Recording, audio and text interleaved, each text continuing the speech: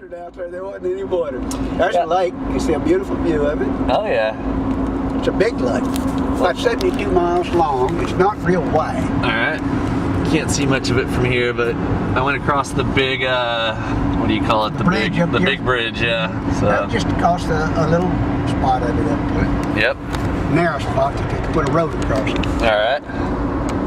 This road we're about to run into here is the one, if you follow it, it runs into the lake. It used to be the highway.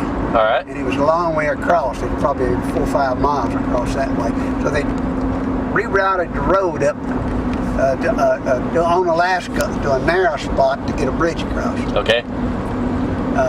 When they built the lake itself, or built the dam. All right. It's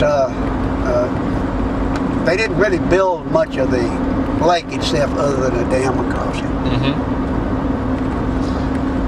So back, what year was it when you were fishing with my dad?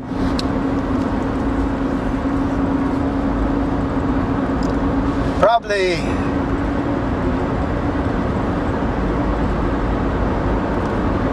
early 60s. Okay. And was he learning that? Was that his first time or yours? He was about like me. He had never been fishing that much either. Okay. We had a ball. I bought it around 22 years ago, right after I retired. Okay. In fact, I retired April or May or something like that. I bought this lot September's time frame, something like that. Then I went hunting for mobile homes. All right. I found the mobile home. Yep. Got it moved in there about December time frame. Okay. And started reworking that thing, getting it cleaned up and livable through the winter. And next year I built that little shed out there, bought a pontoon boat. Yep. Bought that little boat that I use occasionally.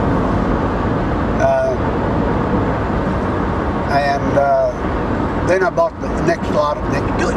Okay. And then I built that big shed out there to put whatever I wanted to in it. Yep. I didn't build it long but deep enough to put the pontoon boat in, so it stayed under my little carport. Yep. But I've enjoyed the place. It's a nice lake, a good freshwater lake. There's black bass on it, white bass, striped bass, and there's crappie. I don't fish for anything typically, but white bass, Okay. mainly because they're more plentiful. Mm-hmm. And when I take a person fishing, we can usually catch a few fish. Yeah. And it gets hot up here in the summertime. Still fishing gets a little on the uncomfortable warm side. Yep. So I have learned to crow Okay. in lieu of still fishing. Yep. Now in the spring, I still fish about Easter time, which is only about a month or so off. I go down in my boat ramp and catch a bunch of bait, and go out the mouth of the cove around the corner and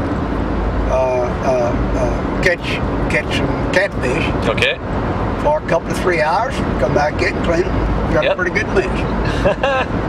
What they're doing, the shad, it's a little fish about that long. Okay. They spawn about that time of year, and there's millions of them coming in. You take a damn dip, net it down, and raise it up, and with holes that big in it, they're just falling out of it as fast as they can, but it takes it takes a while to go through it. And why those stupid catfish, with those fish so thick, all I have to do is sit there, sit still, just and catch one that comes by. Yep. But they'll still bite one that's dead on the damn hook. That's the biggest thing I ever run into. Yep. Is it because it's different depth in the water and they like it down lower or something? No, the shad go up in the coves and stuff. Okay. Shallows to spawn. That's what they're doing. They're spawning. Millions of them. And these catfish feed on them. and they come in to the shorelines with that big migration of fish. The little dumb fish that come to a piece of land, they go down that darn thing and then find a place they can go into the shallows and spawn. Yeah. They don't know where to go. They just keep following. Yep. And the catfish are just eating. Boy, this for the hundreds, but it doesn't make a dent. With that many. The shad type fish is the primary bait fish for all the fish in the lake. Okay. Almost all of them eat them. All right. But they're so plentiful that they don't even make a dent in them. Yeah, you'd make my brother-in-law jealous because we go fishing for that opening season, and we're lucky if we catch anything on 2 different lakes that we go to because they're overfished, and yep, you're lucky if you catch a couple. We got plenty of fish in this lake. Anytime you're down here for a period, now what I did is your dad, when he came down, I live in a cove that's probably about 4 block distance from the open part of the water. Okay. Down the channel. Yep. And I carried him up as close as I could to the mouth of it, but yet not get him out in the water and let him fish because I didn't worry about the game warden. He didn't have license. All right. And to buy a out-of-state license, sure, it costs considerably more. We just go out about daylight, get out there and fish a couple 3 hours, catch us a few fish, and come back. We catch his catfish. Yep. And he got to catch a few fish and he enjoyed it. It was it's not as many as I catch when I'm going out for white bass. I'm allowed 25. Okay. And me and a friend of mine, 9 times out of 10 we get our 50 by about 2 or 3 o'clock. Okay. Yep. That's pretty impressive. We're lucky if we catch 1 fish a day. Maybe 2. Well, you have a time that you're in anywhere in the near vicinity, well, you come on down here and we catch a fish. Yeah, what I'm going to try to do is my dad after summer, so maybe next October, November, something like that, he wants to come out and go to his 50th year high school reunion. Good. And it's in Weatherford. Yeah. So 50th year, okay. Yeah, I guess Weatherford's, well, let me see. Will it be 50 or 60? 60. So he'll be almost 80. It's probably down there. Let's see, he graduated about 48, something like that. Is that about right? I'm not exactly sure. He was born in 32. So yeah, I was born in 31, so it's a year different. Okay. I didn't graduate from high school. All right. So I can't equate it to him. But I went ahead and finished college. Yeah, I was going to say, but then you became an engineer. Huh? But then you became an engineer. Well, yeah, but I had to take a few extra courses in college because I didn't finish high school. But they let me in. Yep. Because I'm a GI veteran. Yep. And went on, and you and your dad and I went to college at the same time. Okay. He was going to Brownwood. Yep. Hard Plain. And I was going to Texas Tech at Lubbock. Okay. I was working with a phone company, and I got a chance to transfer up there after I went to junior college for a couple of years. Hell, I already got half of it made. Yep. And I had a chance to transfer up there and have a job. So I went on up there to finish college. And I think your dad got out about a year, I'm trying to remember, a year before I did. Okay. Because the transfer and all, you lose some stuff and that kind of stuff. So I spent 5 years up in Lubbock and 2 years in Odessa. Okay. Your dad and I got a lot of good memories of things we did together. Yeah. In our life. After I graduated, I moved to Houston. Okay. And your dad is out in the oil patch working after he gave up his the ministry. Ministry work. Yeah. And he got a job down. He was down here for a while, and then went to Louisiana for a while too. while he was still in the oil field, and finally turned around and went back to Odessa. Yep. And after that, she was down this way someplace when he went. He was down here when he went to California. Okay. I remember he going in for an interview in California, driving all the way out. Did he ever tell you about that one? Yeah, but No, that trip he made out to that interview. he mentioned it once, but you can tell it to me. I don't quite remember. No, he would get a kick out of it. He got down there, and I'm trying to remember. I think he lost his damn wallet or something. Okay. And he had to go back to the guy he interviewed to get enough money to come back home.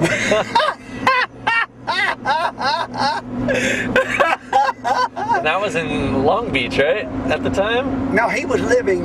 I think he was over in Louisiana Okay. when he went there. Okay. It was in Long Beach is where he went to. And he worked for that guy for years and years. Yeah, John M. Phillips. Yeah, that sure was. Yep. And I was surprised when he went into the restaurant business, but hell, that's the best thing ever happened to him. Yeah. I'll tell you what, that damn oil field work that he did, it was, it wasn't even a 40-hour week. Yeah. No such thing. No such thing. And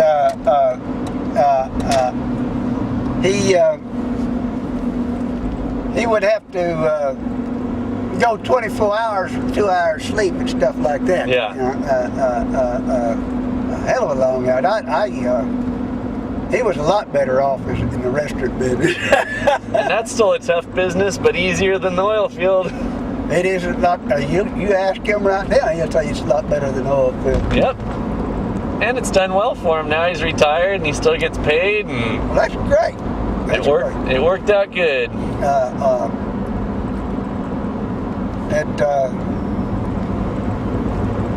Changing the vocation like that at his age was unusual, Yeah. but it was great for him. Yeah. Well, he was tired of the ups and downs of the oil field recession. Mm-hmm. Trying to tell it exactly as fast as red light here. Gotcha. Oh, there it is. I was looking for the So we're driveway. going to the place with the shrimp boat, huh? Yeah. Let's see. So I'm gonna take it. We're at the seafood joint. Broiled crawfish coming March 19th. I don't know. Shrimp boat Manny's, and on March 19th they got broiled crawfish. What do you think about that? There you go. I'm not a crawfish eater. Yeah, tell us about crawfish. I've never eaten one. Really? I've never eaten. Remember in the flood when they were out in your yard though, crawling out in the street? Everywhere. We're right here. And can we see your car? Oh yes, show them your car, honey. What's his name? McQueen. The Queen? Ah! Can you say hi Nula? Hi, Nula. Say I miss you Nula. And you can say hi Nula too. Hi, Nula. Whatever you want to say. Is the gas still floating around in your head? Probably. I've been gassed. Alright. So give us a little commentary, one of you girls. I'm not good on camera. You're not good on camera? Good on this one. She's It's not. This one. Alright, so I don't where have are we the at? Commentary. Where are we? What are we doing? Oh. Lake Livingston and all that good stuff. Is this really narration? Give us a narration. Yes, I think it is. We're in Livingston, the city of, right? This is the city. All right. Papa lives in Here we are in Livingston at Shrimp Boat Manny's. Seafood restaurant. Rob's about to get him a good heaping load of diarrhea because he's ordered everything that's greasy on the menu. What's the thing I haven't had? Fried pickles. Oh, he's going to eat some fried pickles in a minute, which you will see. Alright. Gotcha. Other than that, I got no other commentary. Alright. And then where am I staying tonight? You're staying at Uncle Bob's Lake House. well, yeah, but Tell Just so he us. doesn't die. Tell us what could have happened if we didn't right before we left the lake house. The trailer was filled with natural gas. Papa decided to be a hero and go find the leak. With a Armed lighter. with his trusty lighter. So if there was an actual leak down below, we could have all been set fire and blown to bits. It was wonderful though. We're still alive. Rob let him know. He just set him in there. He'll do Out of it. the rescue. That's right. I'm not taking care of this. Yep. All right. Good deal. So you got anything to say to Big Bad Bob? Hello, Robert. Long time no see. Come see me again. We'll go fishing. You can be two single guys on the lake. There you go. I want you to know we enjoy sharing Rob with us. Bobby? Bobby, little Bobby. That's what he was about to slip. When they were kids, that's Yep. what they called them. Yep. Yep. So I remember it was Bobby and Dana. yeah, we're here at Seafood Manny's. There's a shrimp boat back over there. There's one out front. Yeah. One over Obviously, there. there's a lot of boats. A lot of boats. A lot of little kids. Which is funny because Hello, little man. Is that you? Wave to yourself. You're a nincompoop. that's Grandpa The Bruce clown. for you. All right. Taught him nincompoop. Gotcha. Yep, so here at the lake, first time since probably early 80s, I think, if I've ever been here. I think So, it happened once. I might have. Mom has talked about it. All right. Yeah, because my mom was sitting on the, we called it the Jackie O days because she had the big glasses and she sat on the the seats in your boat with her drink. Isn't that where It looked like- Well, yeah, but that was the Jackie O days. Yeah, it Yep. is. Playing whatever. What was the card game she used to Yeah. play? Pinnacle or no? What did they play It together? had a certain name. What was the card game that that Antoon used to play? There's life me. Pinnacle, and then But there's something And else. it was something they didn't play on a regular basis. All right. It wasn't poker. Not one poke. I wonder if it was, what was that one? It's not rummy or gin. It was something with a 7 or I don't know. All right. It's more for me and my dad can watch it sometime, and it's kind of Right. like he's here with you, you know. Right, right. And you don't even have Well, to. Robert- You don't even have to look at it. Yeah. But you can. Robert, get off your butt and come see me sometime.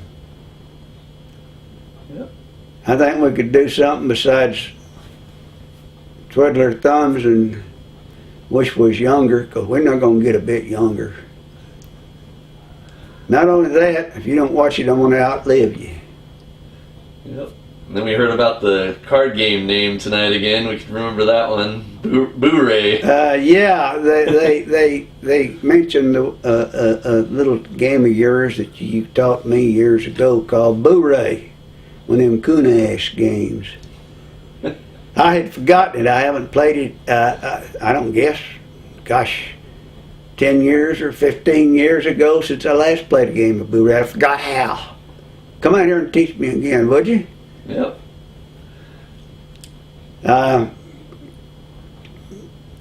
Get that old knee or that old foot of yours fixed up. And Yep. come out here. We weren't going to do any waltzing, but we might run around the block. Yep. The weather's beautiful in the last few days. It's not about 65, 70 degrees outside. Gets a little cool at night, down to about 50. Beautiful time of the year. And nature is showing up all over the place. You could come out here and pet some of these squirrels. We don't want to eat them. Yep. And have quite a few birds. Hummingbirds do any day. And I can guarantee you when I get my feeders out, you won't be able to count all of them around one of the feeders at one time. We got some good nature here. Not wanting to knock California, but Texas is a pretty good place to enjoy now and then. Yeah. You got some hush puppies down the street. Yeah.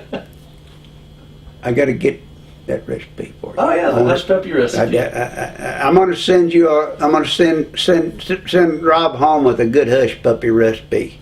I guarantee you'll appreciate it. It's sure nice you let him come down here, and instead of sitting there taking care of you. Well, that's my sister and the grandkids. They're there all the time. Yeah.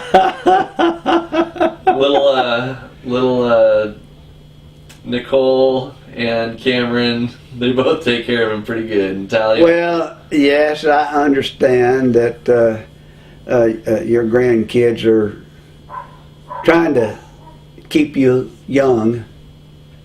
Yep.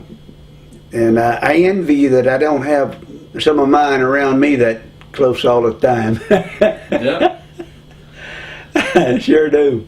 But you saw one of them tonight. Yes. I got to see my first great-grandson tonight. He come by for a while.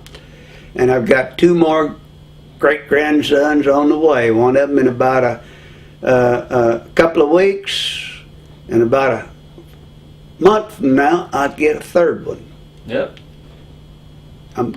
You're behind. I'm getting way ahead of you on that. Absolutely. Good deal. Yes, sir. And in addition to that, I've got a great granddaughter coming. We'll have a whole I think it's going to be. We haven't gotten a reading on that one yet. Back off. Yep. We got one more that we're going to get. So I got 3 of them. I think going to be here within this year. Yep. Robert, get off your butt and come see us out here. I'd enjoy having you. By the way, I still got the old pontoon boat. And that old beat-up boat that you and I fished in out here, still have it. Place hasn't changed a whole lot around here. I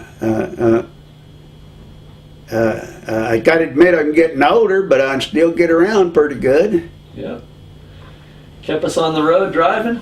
Yeah. I didn't weave too much. No. My old age didn't quite get me down. I'm still crawled up on the roof, crawled up under the mobile home and work on it. Mm-hmm.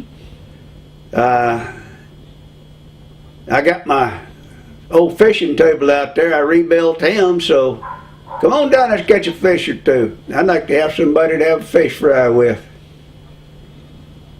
Thank you for letting Rob come down here. I appreciate it. Yeah. We're having a ball. So no parking except for Bob. Well, now here's the other one back here. I didn't show you that one. I told you about it. Yep. Sure, you got those signs for me. Yep. That Fisherman's Cove. I think she gave me that one. And this Bob and Nan Solomon Boulevard is one that Becky got me. Different ones. And here's the one I like right here. No parking except for Bob's wife. And I moved it as far away as I could. They all got a kick out of that. Yep. The good stuff. And you got Solomon's Retreat, your pontoon boat. Yeah. One of the kids gave me that when I put that one up. Yep, there's my little rental car. I always like rental cars, they're fun. Is your area? Oh yeah, this is where I fish them. You can actually fish off the piers here, the dock, bulkheads. Okay. A lot of people do, and it's a pretty good place if you have a youngster that's 7 or 8 years old. You can come down and let him catch a few perch. Gotcha. Get some minnows or some earthworms. It works real good too. All right, I'm going to take you down and give you another view of it. All right. And let you see a little more across the lake. Yeah, I like driving across that bridge. That was a good view yesterday. That's good. That's a beautiful view there. Yep. All right. Water is looking pretty good. Just on that one, there's 4 of them perched in their little holes hanging out. No, they're all over. I couldn't get one of them. And is this launch working, or is this the one you said didn't work? Huh? Does this launch work? This is one I've heard of many times. Yep, so big lake, 3-4 miles across and 70 miles long.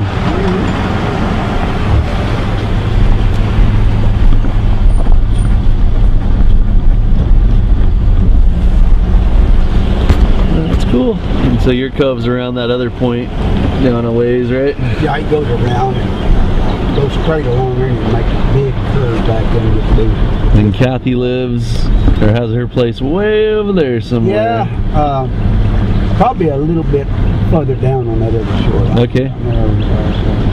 5 or 6 down. Gotcha.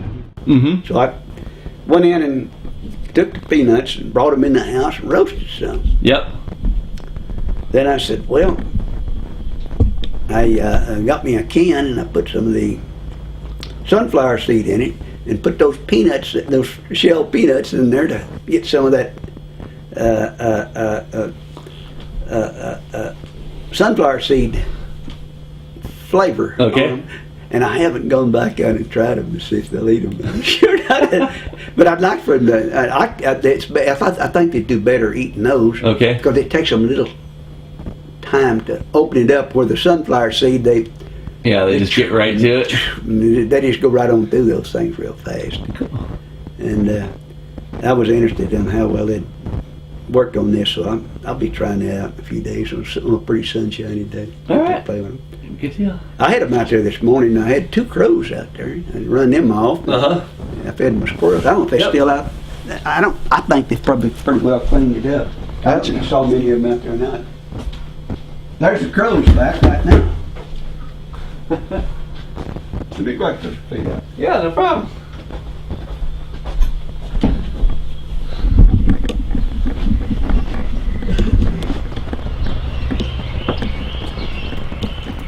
Got your little. You hungry? Huh? Are you hungry?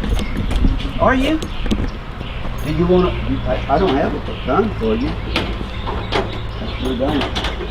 You want a bite to eat? You got something over there, didn't you? Uh-huh. You don't want to come over here and do everything.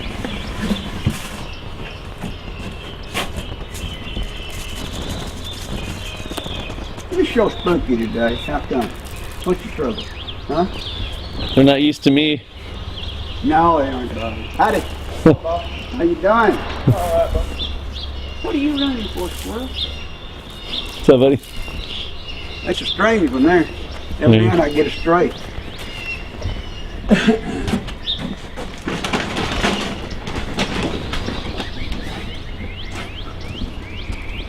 Now I'll feed the feathers for them. Where they at?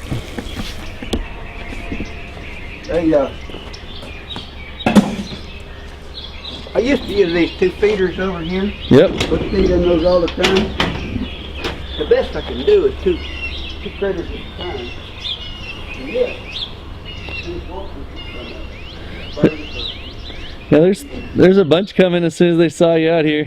Huh? There's a bunch heading this way. Well, there it comes. There it comes. They're right there. They're getting over here. They come out to me right here. Yep. I'll feed them. Now they know the food's out, so. There you come. Well, they've already eaten once. Yeah, exactly. And they aren't all hungry right now. I see one over yonder. They have nests. This tree right over here has a nest up about halfway. You see those leaves right in there? Yep. That's a squirrel nest. Okay.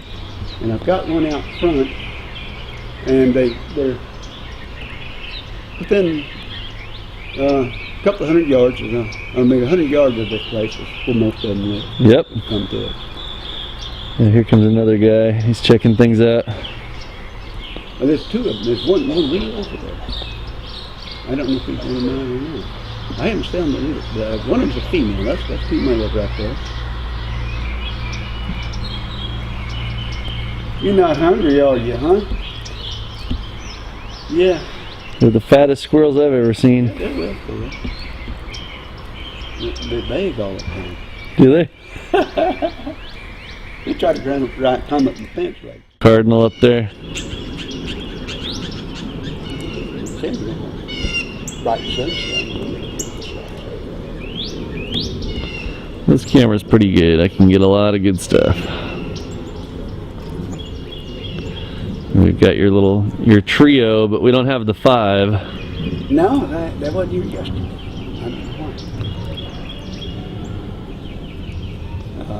They always have them. So those are your little buddies? Yeah, that's one I feed all the time out here. They, as I say, they don't travel very far from their home. People across the road over here has different ones. Okay, gotcha. Different broods. Yeah. There's your cardinal now. Whoops, there's your shot. Let him move. There he goes. There he is on the rim. That sucker's good and red. If you want some pretty bird shots, I'll send you some. When I get a sunshiny day out here and start taking shots of them. Yeah. I'm going to set that camera probably right about here on this feeder. And that feeder drops down right about here. And they just swarm around it. And that's the hummingbirds? Oh yeah, as soon as we go inside, the birds will be out. So that's a mourning dove? Yeah, that's a mourning dove. Alright, and we got more squirrels. And we had the cardinal was here a second ago, but he took off. I didn't show you my traps on the birdhouse, did I? Nope. Let's go look at that. Let's go look at the traps on your birdhouses. All right, let's go look at it. What happens, I have 2 birdhouses for the bluebirds. Okay. And I got 3 that I give to the sparrows. And every now and then the sparrows want to take one of the bluebird houses away from me. And I won't let them. Yep. Last year I must have captured at least a half a dozen of those sparrows and got rid of them. But I fixed the little boxes so that I could take him down real easy. Okay. That's just for this. I take him over, and when I get one trapped in here, and put him in a bucket of water, and 5 minutes later I shake him out and put him in a bag and throw him in the trash. Now here's my trap right here. I don't have it set. But in here I've got a mechanism. Okay. That I take this thing here and raise it up, push this out, and it holds that up. Just hook it, yep. And then when they come in and put a little weight on it, it goes down. Okay. And he's trapped in here. And what do you trap? What is it? Sparrows. Okay. That's what the Audubon Society tells me to do, is just trap them and kill them. Gotcha. Why are they kind of a non-endemic creature? Like not supposed to be here type of thing? No. They're a nuisance. And I can't believe an Audubon Society would make a comment like kill them. Yep. But that's what they tell you to do. Kill the sparrows to get rid of them. Okay. So this one here is a bluebird house for bluebirds only, and that one in there is the same. All right. I have one here on the other corner, and the other corner they let the sparrows have. Mainly at the Mission Control Center. Yeah. I also worked down at the Cape for about a year and a half. Okay. Out at NASA. And all total I spent 22 years Okay. working out at NASA. All right. And in the Mission Control Center as Gotcha. engineering. All right. What'd you guys do there? You did communications, right? I did communications. As with all space exploration, there is always a need for different communication skills or capabilities Sure. for various missions. We started out with a single astronaut, and then we went up to 2 astronauts. Our sites around the world for the missions initially was probably 8 or 10 different sites. For an example, Hawaii, and we did some over around Guam. We had some in Europe. along the trajectory that they went, which is basically around the equator Okay. instead of the poles. Well, you had some pole flights, but most of them were around the equator. Okay. The pole flights was a little different. When they go around the north and south poles, they could do a good mapping of the world because it was rotating and they were going around, and it'd cover a different scan Yep. each time. And of course, we had to have some more down in South America and even up towards the pole area to keep some near constant communication. We didn't have 100%. There's Okay. gaps in between. Typically 5 to 10 minute interval as they passed over within range of the antennas and so forth of one. All right. Here, let me kill the AC unit or the air real quick. Won't be able to hear it. Yeah, right there. Turn this to off. There we go. Yeah. What was your favorite part of working out there? That's a here. Okay. It takes a moment to cool down. Yep. Exactly. Quit in a second. Yeah. But it was the communications within the control center between all the flight controllers. Yep. Was one of the systems I was acquainted with. I didn't design it. I did a lot of modifications and special accommodations of it that it wasn't designed to do. Okay. But my biggest part that I did in my last few years I was out there was the communications link Mm-hmm.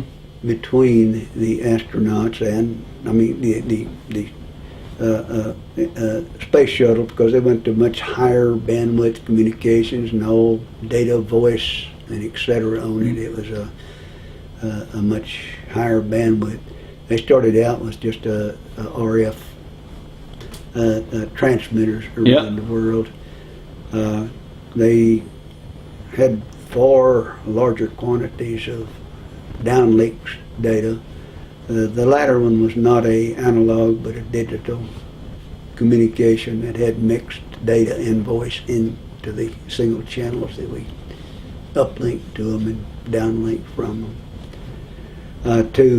Mainly through the last ones was using through satellites. They could talk to a satellite and it could reach back to us without having to have stations around the world. Yep. As many as we had. It did vary a little bit like this. Yeah. All the landlines that they used to talk Yeah, they into. got this landlines. When I first started there, it'd take the people that was coordinating and checking and verifying that all of the links were up and running around the world that we had in various countries, Europe and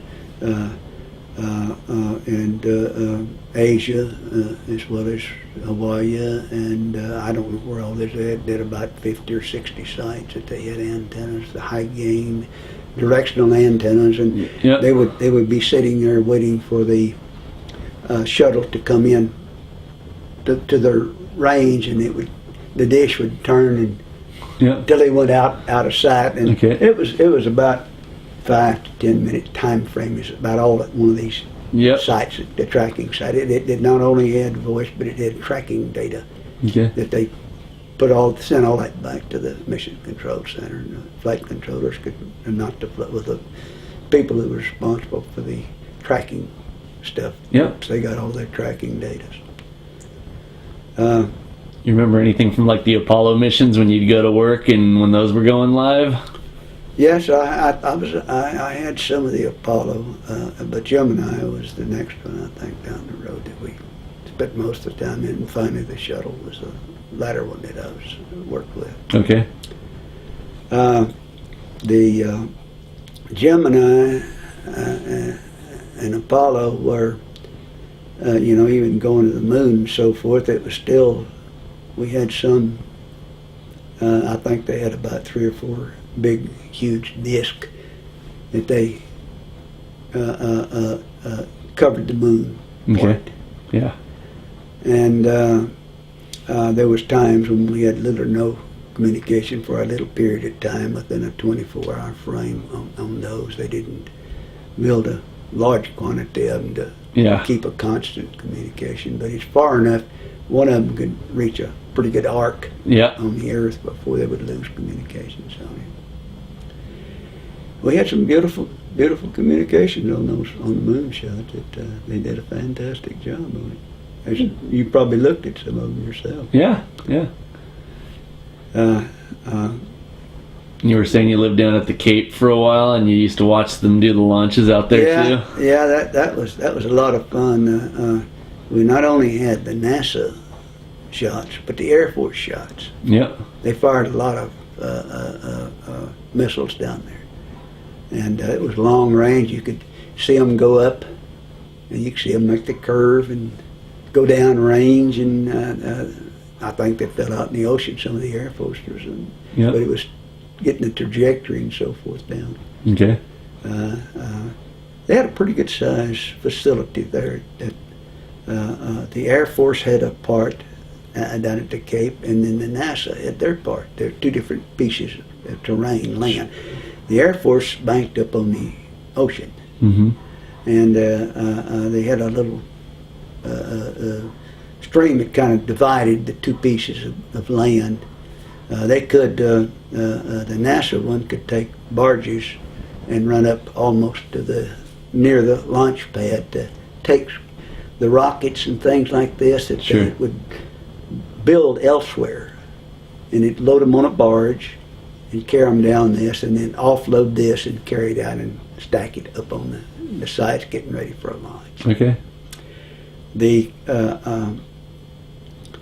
capsules in the earlier missions, the Apollo and Gemini, was pretty well made someplace and trucked down to the Cape. And of course, they had to stack that dude on the very top of that thing. Yeah.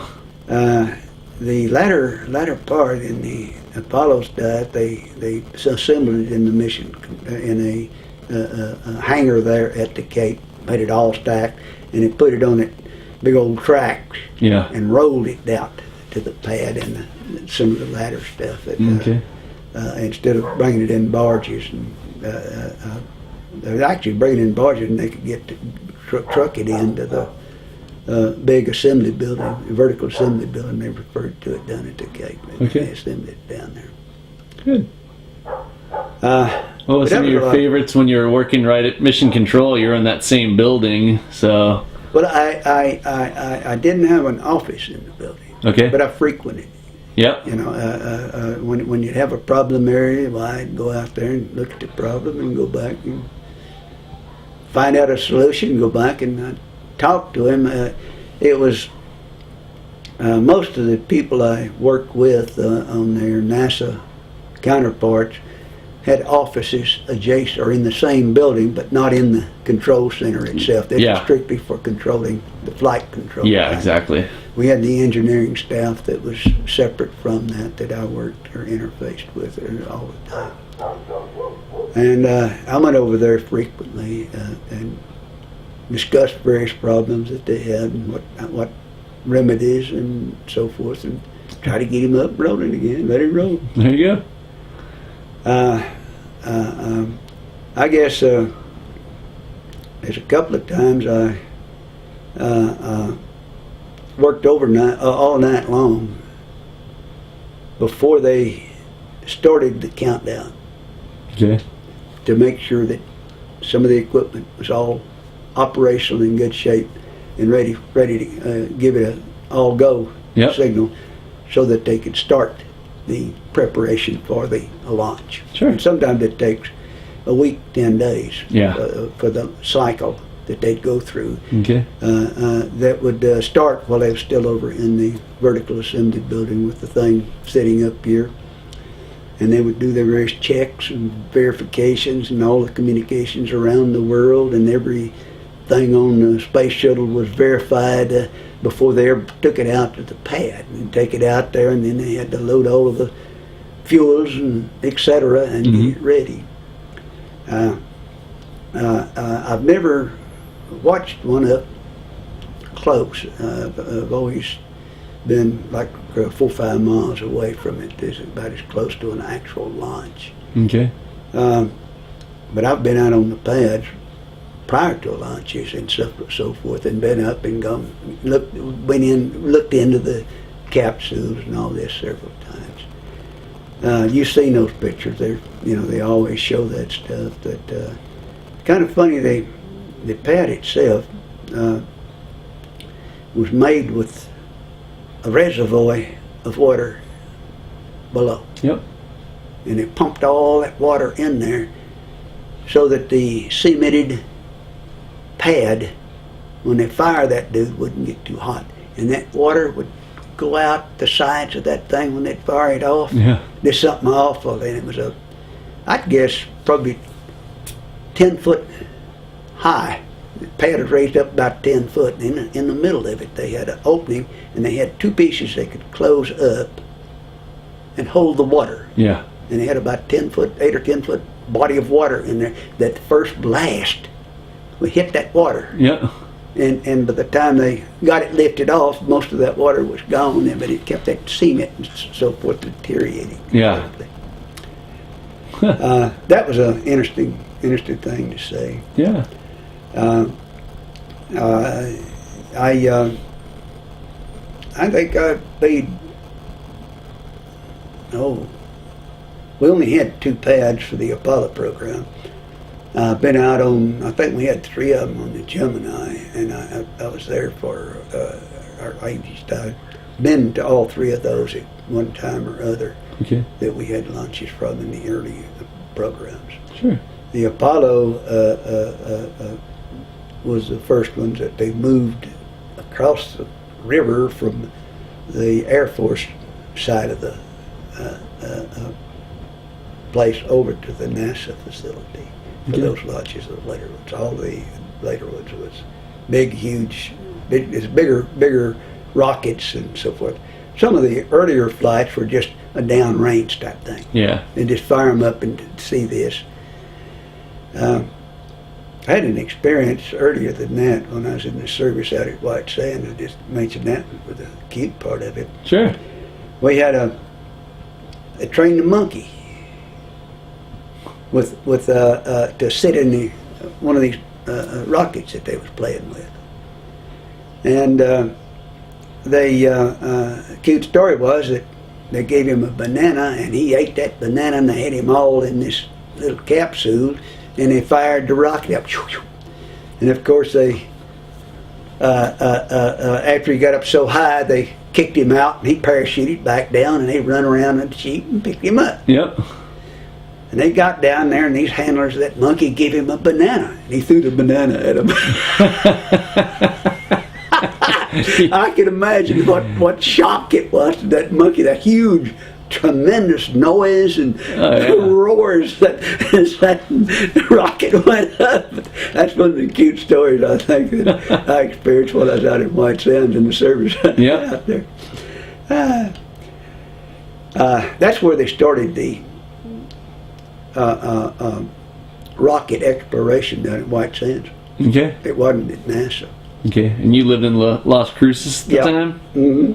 That's when I was out there. They started in that program there using some of the rockets that they obtained from Germany after World War II. Okay. And they duplicated those and trying to learn more about it and all. Like the V2s and all that? Yeah. They actually hired some of the German scientists that created those when they formed NASA down at the Cape Canaveral area to put man in space. Yep. Because they're competing with the Russians. The Russians up and got a Sputnik in orbit before we did. Yep. But we went to the moon. I don't think they ever did make it. I don't think so. I don't believe so. No. No, we surpassed them in that, but NASA did that did a heck of a job of that. Yeah. And but I don't know how many trips they went to the moon. There's several of them. Gotcha. And then when you come were back safely every time. when you were living down in Las Cruces, I guess that's where my mom and dad took their honeymoon and came and visited you Yes, guys. sir, sure was. Yeah. Was out at Las Cruces, which is about 40, 50 miles from White Sands. There wasn't anything, accommodations any closer than that, or a city any closer than that to the White Sands Spring Ground. It's the place is located west of the Army proving grounds out there. Okay. That they do most of their long-range missile testing. Okay. That's a big long area, long area down through the land that the military owned, Yeah. and the White Sands was part of it. Okay. Yeah, that's I never did take Bob out to White Sands. I couldn't get a pass for him. Gotcha. Security clearance and so forth. So we never made it out there. Over all those years, do you remember any good stories with Bob or with Bob and June? Whether it's fishing or camping or hanging out? Well, I've done a little all of it with them, and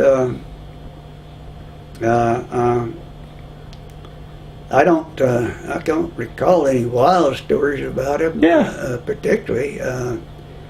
We've had a lot of wonderful times. I'll say that much. Yeah. But, nothing really wild on it. Oh yeah. I didn't drown June or anything like this, or Yeah. Exactly. or Bob either one. Yep.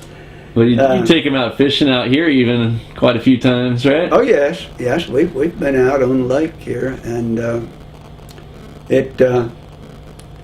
well, you have to understand, Rob. One day out playing is a lot more pleasurable than one day at work. That's for sure. Your attitude is much better, more Yep. pleasurable, and we've had a couple of beers together. A couple of them, yeah. Yeah, we called my mom's pictures on your boat. We call her the Jackie O days. She'd sit there with her drink and her glasses on and Right. just lounge.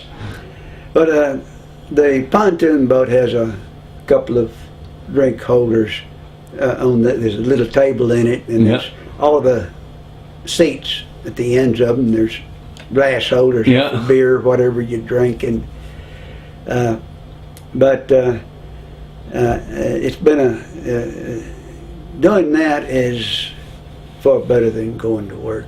Yeah, absolutely. You don't have to say yes, boss, and no boss out there.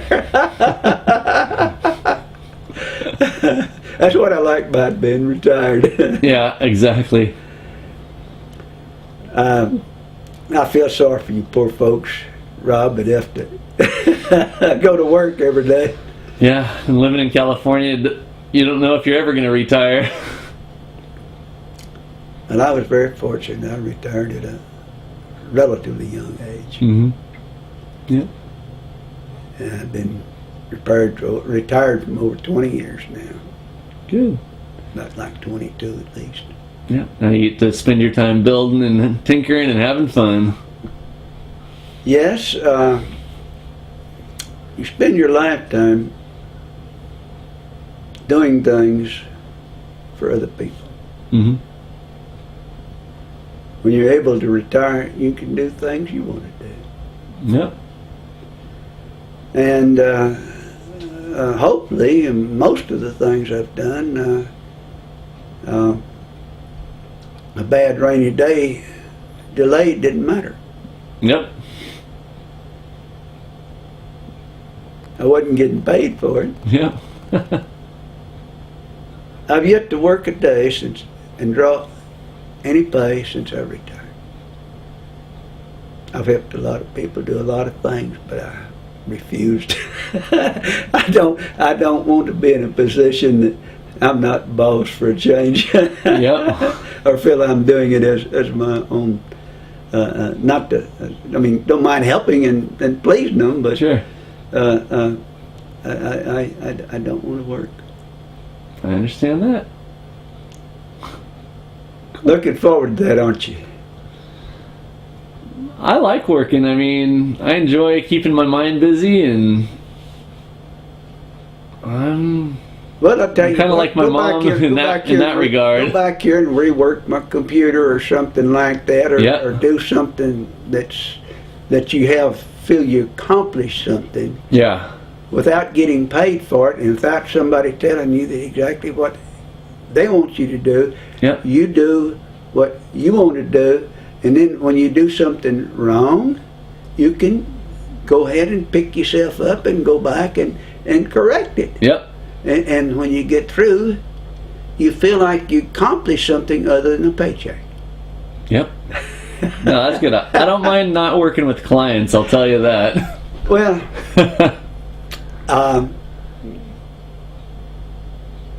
you associate with people that are not as demanding as you do clients. Mm-hmm. Because when they're paying you for it, Yeah.